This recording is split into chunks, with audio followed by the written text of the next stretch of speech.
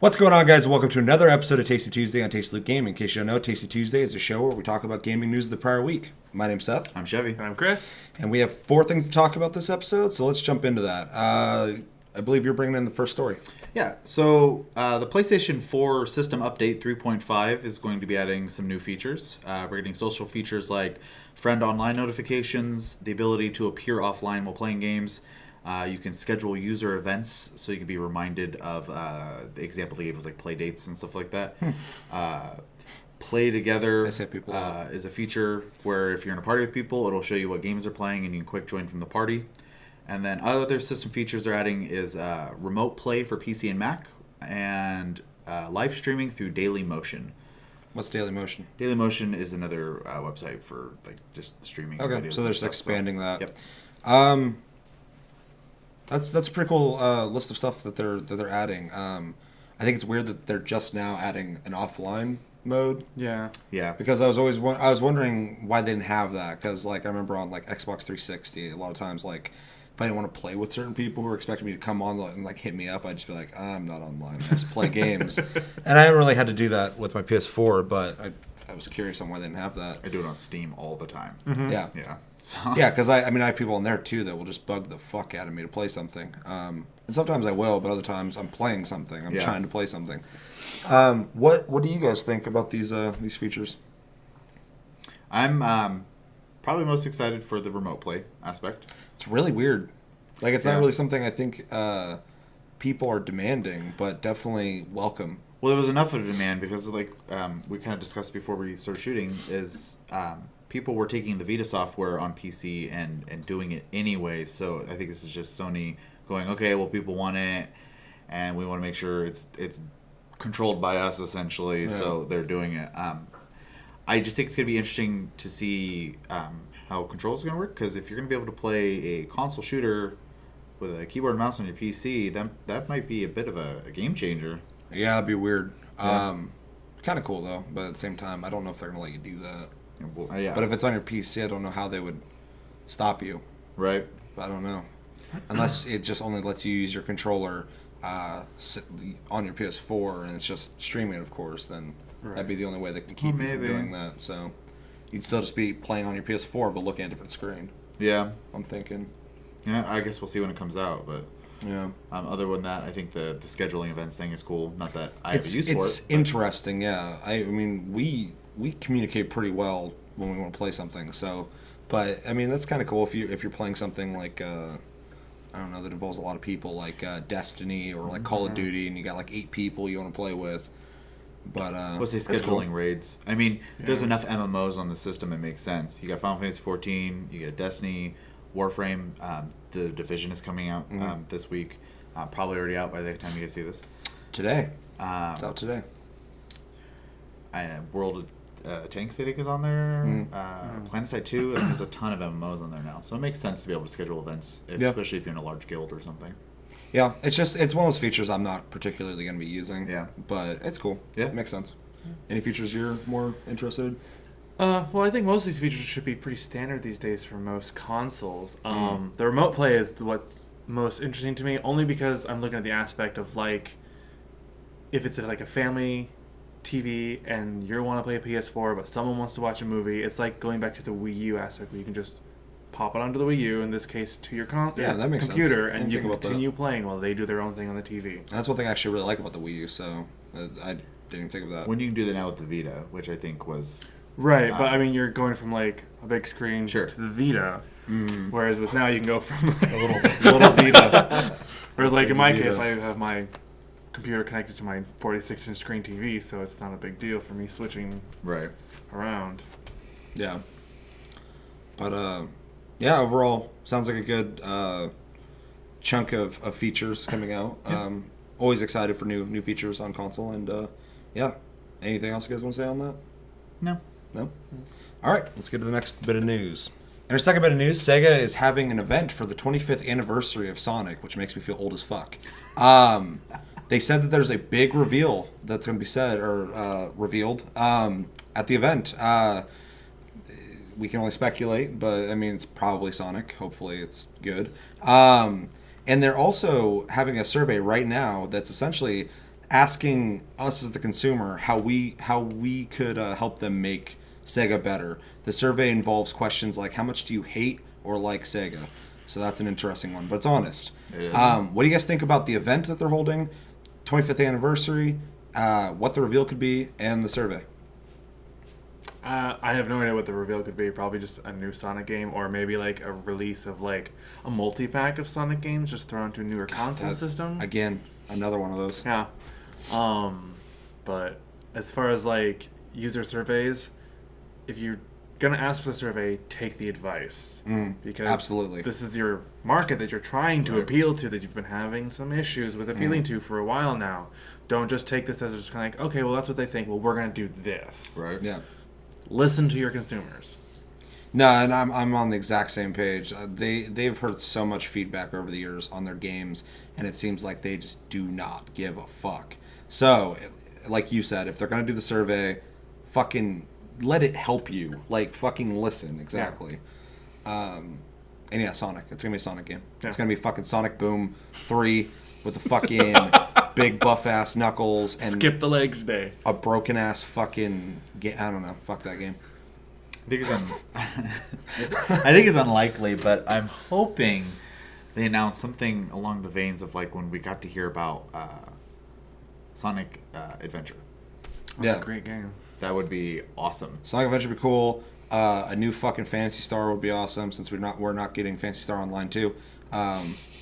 Something new and fucking awesome and big would be great. Even if it was like a single player RPG or something like that, if it was done well, which they won't do. I'm just negative. I fucking Calling you out. ugh. Fuck Sega. Where's I love Shining Sega, Force? fucking- Where's Shining Force would be amazing if they. But nowadays it'd be such like a chintzy little fucking game. Like every game that like a binary domain or where the fuck that game was called. It's like this Gears of War-esque robot shooter. Like it was kind of fun, but it was just like a cheap ass fucking third person shooter. Yeah, it's a Sega game. Gears of War. They also had that game where it was like a time trial run through and shoot people game. I forgot what that was called.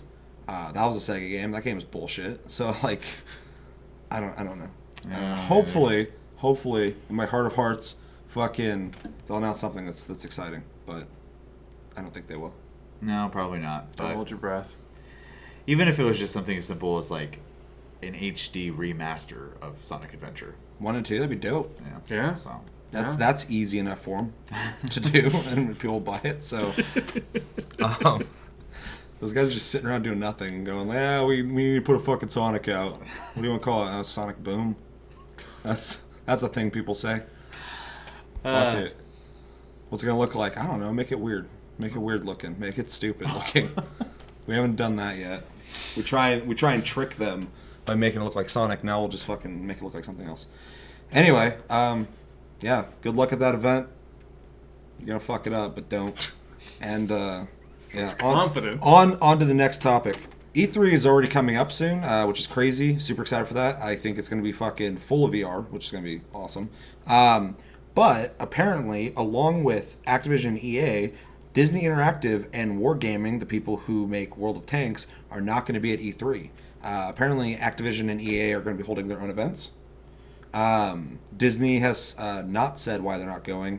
A lot of people are speculating it's because they don't really have anything to reveal. other than Kingdom Hearts 3, Square covers that. Yeah. And Wargaming said it doesn't really fit their direction they're going in, so they don't really need to be there. What do you think about the absence of these companies? Obviously, the higher profile EA and Activision, since we didn't talk about that before. And do you think this is almost a sign of what's to come? Do you think EA's, or not EA, E3 is like dying maybe a little bit? Since everybody wants to do their own things, what do you guys think?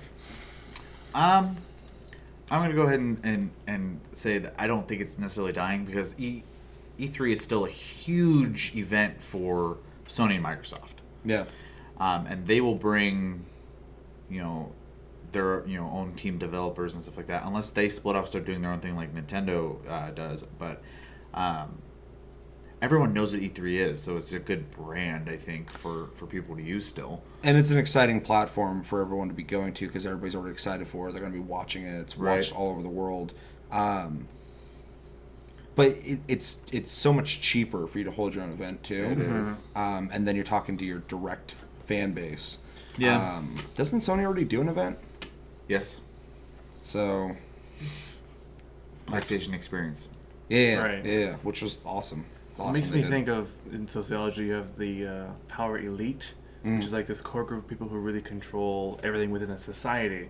And I feel kind of like hinting towards that E3 is turning towards that, where it's going to be the power elite groups there who are like the primary source of like your major gaming, and then everybody else is kind of left in the background. So maybe they're making their own events or going to smaller events because they don't want to be shadowed behind these towering figures of gaming industry. Yeah, Yeah, but is EA and Activision being shadowed by anybody? I mean, I don't think so, but I think the other companies maybe. Yeah. I get what you're saying for sure. EA especially has a ton of titles to show Right. off, so it makes sense for them to have their own event. They can take as much time as they want then. Activision, I guess technically it does because Blizzard has enough stuff to show off. Obviously, they have their really crappy Tony Hawk game, and then they have Call of Duty. Yeah. Right. But I mean, you're gonna ask. Your Sony's gonna be up there with Naughty Dog's gonna be obviously showcased for sure. I mean, Uncharted 4 is coming out this year. Last of Us 2. That would be cool to see a teaser for. Ooh, Because Uncharted's coming out. From Software is usually alongside with Sony for those events, except for I think they did Dark Souls 3 with Microsoft last year. Did they? I think so. That's weird. And yeah, they have enough companies that they can bring to the table that they can have an hour and a half, 2-hour press conference, no problem. So Yeah. I just thought of this. I think also because the last 3 years there's been a lot of complaints about how congested E3 is. I think it's almost like some people want some breathing room too, because there's so much to fucking take in with E3 that maybe they want to have their own thing. more attention for Yeah, them. exactly. Yeah. And like I said, price point's expensive. I was watching something a while back, and it's like I forgot how much, but it's fucking expensive to have a slot in one of the big events. Super Bowl commercial expensive. It's pretty expensive. Yeah. It's not that expensive, but it's pretty expensive. So I think there's a lot of factors going into it. I think it's just they want to have their own isolated event for their fans. It's cheaper. It's easier.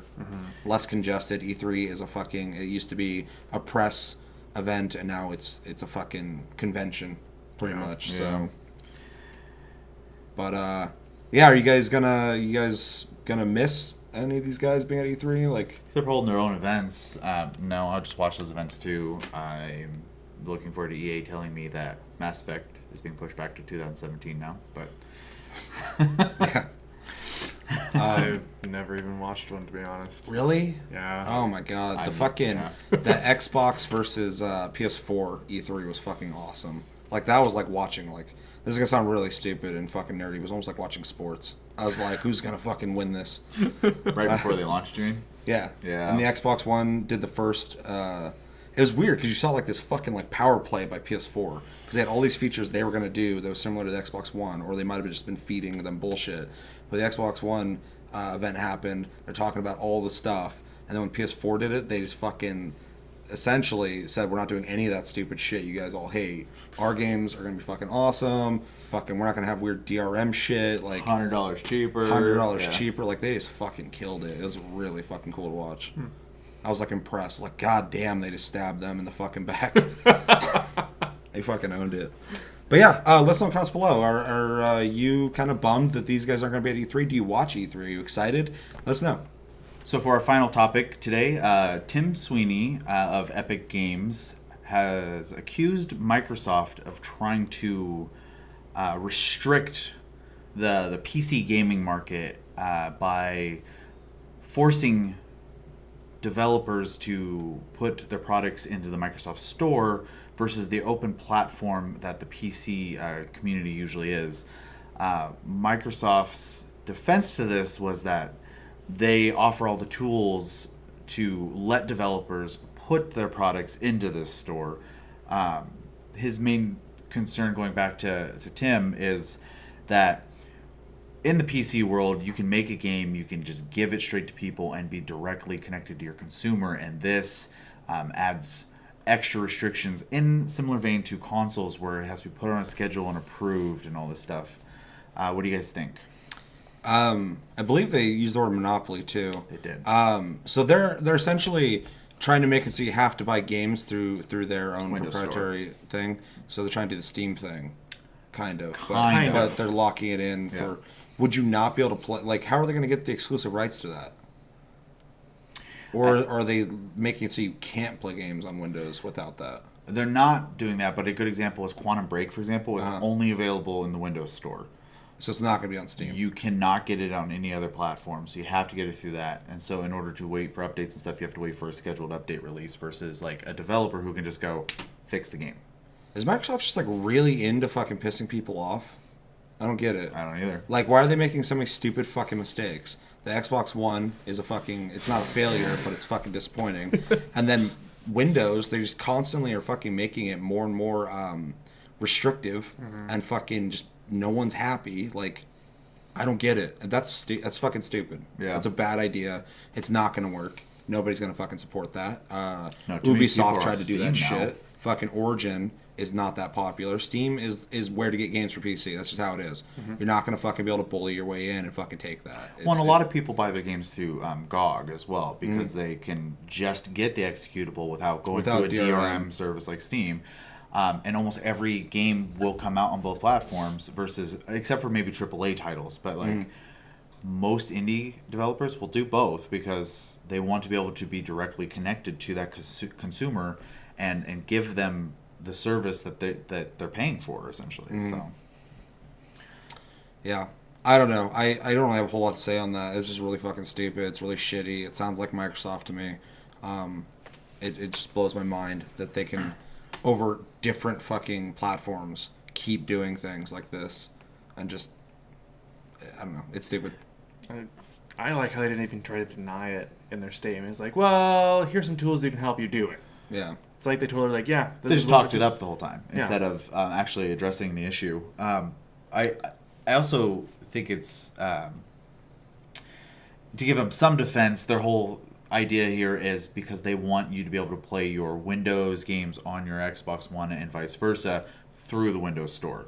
I get that aspect, but I also think not giving people the choice to also buy those games outside of that system is just it's just bad business. It's too restrictive. Yeah. It's just, I don't know, it's shitty. Not everybody uses Windows either for Exactly. gaming. I mean, there's a couple under systems I know out there you can play games on, and sorry, Microsoft only.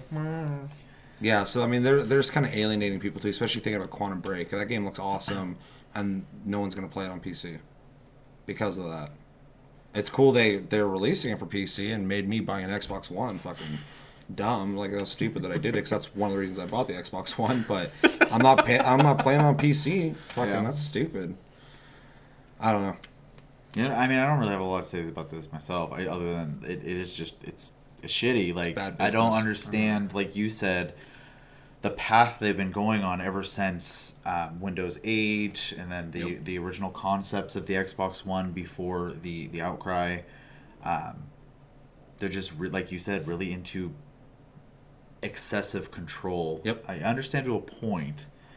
But when you're making the experience get it. It's difficult for the user, the user's not going to be happy. They don't. Yeah, So, they don't want to fucking do that. So like, you're just alienating people. Yeah.